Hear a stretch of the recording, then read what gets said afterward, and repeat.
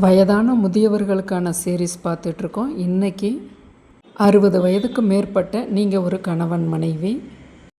இத்தனை வருட காலம் நீங்கள் 2 பேரும் எப்படி இருந்தீங்களோ, ஆனால் இனிவரும் அந்த சொற்ப காலங்கள், அந்திம காலங்கள் ஒருத்தருக்கான ஸ்பேஸை கொடுக்கணும். அவங்களுக்கான நேரத்தை அவங்களுக்கே ஆன சில விருப்பங்களை அவங்களுக்காக நாம் தரணும். அங்கீகாரம் இல்லை, அவங்களுக்கு ஒரு சுதந்திரத்தை கொடுக்கறது.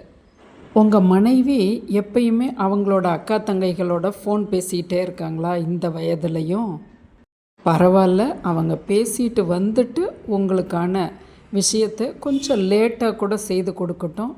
கொஞ்சம் விட்டு கொடுங்க. அதுபோல் பெண்ணான நீங்கள் உங்கள் கணவர்கிட்ட வாக்கிங் நீங்கள் எப்போ போனீங்க, 40 நிமிஷத்தில் வர்றதை 1.5 மணி நேரம் கழித்து வரீங்க, எப்போ நீங்கள் சாப்பிட்றது, உடம்பை சரியாக பார்த்துக்க வேண்டாமா அப்படின்னு கடிஞ்சிக்க வேண்டாம்.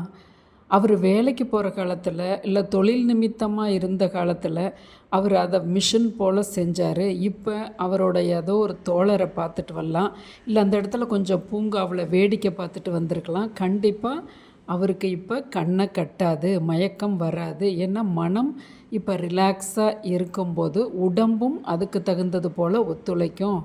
அதனால கொஞ்சம் லேட்டாக வரட்டும். அவருக்கான ஸ்பேஸ், அவருக்கான விஷயத்தை, விருப்பத்தை கொஞ்சம் நீங்கள் விட்டு கொடுங்க. ஆண் பிள்ளையான உங்களுக்கு சினிமான்னா இப்போல்லாம் பிடிக்கிறதே இல்லை. ஒரு 25 வருஷ காலமாக உங்களுக்கு பிடிக்கல. ஆனாலும் பரவாயில்ல, உங்கள் மனைவி விரும்புகிறாங்க அப்படின்னா அவங்களுக்காக நீங்கள் போய் கொஞ்சம் நேரம் தேட்டரில் உக்காந்துருந்துட்டு வாங்க.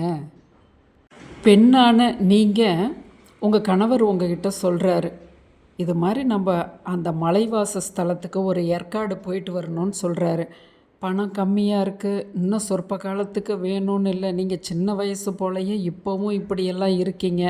அது போலெல்லாம் சின்ன சின்ன ஆர்ப்பாட்டங்களை பண்ணாமல் உங்கள் துணைவருக்காக கொஞ்சம் நீங்கள் சிரமப்பட்டு போய் வாங்க. எல்லாம் பிள்ளைகள் பார்த்துக்குவாங்க. இல்லைன்னாலும் உங்களோட அந்த சேமிப்பு கணக்கை நீங்கள் கொஞ்சம் இறுக்கி பிடிச்சிங்கன்னா அடுத்தடுத்த மாதத்தை ஓட்டிக்கலாம். அவருக்கான அந்த, ஏன்னா அவருக்கு துணை வேணும் இல்லையா? இப்போ நீங்கள் இருக்கணும்னு அவர் நினைக்கிறாரு, அதனால் உங்களை கூப்பிட்றாரு. அதுபோல் அவங்களுக்கான அந்த ஸ்பேஸை, இடத்த தரணும். அது எப்படின்னா, அந்த வீணை போல், இந்த நம்ம பிக்சரில் பார்க்குறீங்களே கிட்டார் போல், அதாவது நரம்புகள் கிட்ட கிட்ட இருக்குது, ஒன்றோட ஒன்று முறுக்கிக்காமல் பக்கம் பக்கமாகவே இருக்குது. அவங்களோட சுதந்திரம் வேணும்னா அப்படியே நம்ம ரிதத்தை மீட்டிக்கிறது, கொஞ்சம் அவங்களுக்கு தகுந்த மாதிரி நாம் போகிறது, அவங்களுக்கான தனி ஆசைகளை, அபிலாஷைகளை அவங்களோட சேர்ந்து நாமும் கொஞ்சம் உதவிகரமாக இருக்கிறது. இந்த இன்ஸ்ட்ருமெண்ட்டை பார்க்கும்போது எனக்கு அப்படி தான் தோணுது. அதாவது தண்டவாளங்கள் 2ஆக போகுது, ஆனாலும் ஒன்றுக்கொன்று இணைந்து போகிறது போல். அப்படி நமக்கு பிடிக்குதோ பிடிக்கலையோ, நம் துணைக்காக நாம் கொஞ்சம் நம்மளோட அது தியாகம் இல்லை, அவங்களுக்காக நாம் பயணிக்கிறது அப்படிங்கிறது போல் நீங்கள் எடுத்துக்கணும்.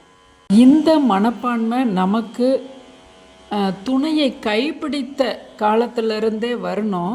கண்டிப்பாக அப்படி இல்லைன்னா இனி முதுமை காலத்துலையாவது அப்படி நாம் போய் கற்றுக்கும்போது மனமும் ரிலாக்ஸ் ஆகுது. உடம்பில் இருக்க நோய்கள் கூட நமக்கு கொஞ்சம் கம்மியாக தெரியும். முயற்சி செய்து பாருங்கள்.